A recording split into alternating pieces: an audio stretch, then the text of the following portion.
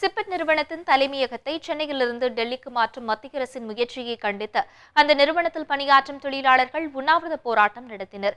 இந்த போராட்டத்திற்கு தமிழக பாஜக தலைவர் தமிழிசை சவுந்தரராஜன், விடுதலை சிறுத்தைகள் கட்சித் தலைவர் தொல் திருமாவளவன், சிபிஐ மூத்த தலைவர் நல்லக்கண்ணு உள்ளிட்டோர் நேரில் சந்தித்து ஆதரவு தெரிவித்தனர்.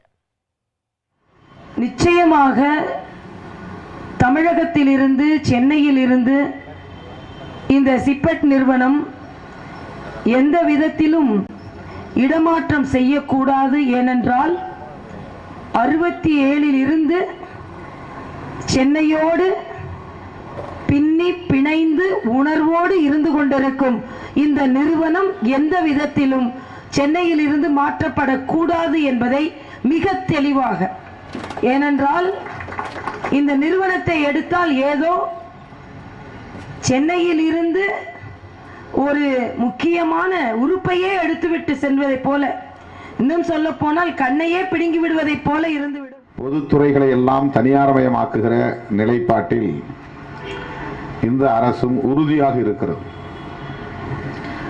குறிப்பாக இந்த அரசாங்கத்தை கார்ப்பரேட் அரசாங்கம் என்று விமர்சிக்கக்கூடிய அளவுக்கு கார்ப்பரேட் நிறுவனங்களின் கட்டுப்பாட்டில் இயங்குகிற ஒரு அரசு என்று விமர்சிக்கிற அளவுக்கு இது பெயர் வாங்கி இருக்கிறது.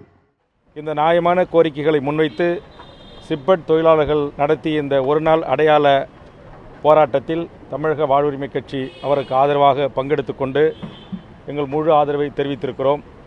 எந்த சூழலிலும் இந்த நிறுவனம் தமிழ்நாட்டை விட்டு வேறு இடத்திற்கு மாற்றுவதை தமிழக வாழ்வுரிமை கட்சி ஒருபோதும் அனுமதிக்காது. இந்த தொழிலாளர் தோழர்களோடு, அலுவல் பெருமக்களோடு தொடர்ந்து தமிழக மக்களையும் இணைத்து தமிழர் உரிமைக்காக போராடுகின்ற அரசியல் கட்சிகள், அமைப்புகளை ஒருங்கிணைத்து போராடுவோம் என்பதை தெரிவித்துக் கொள்கிறேன்.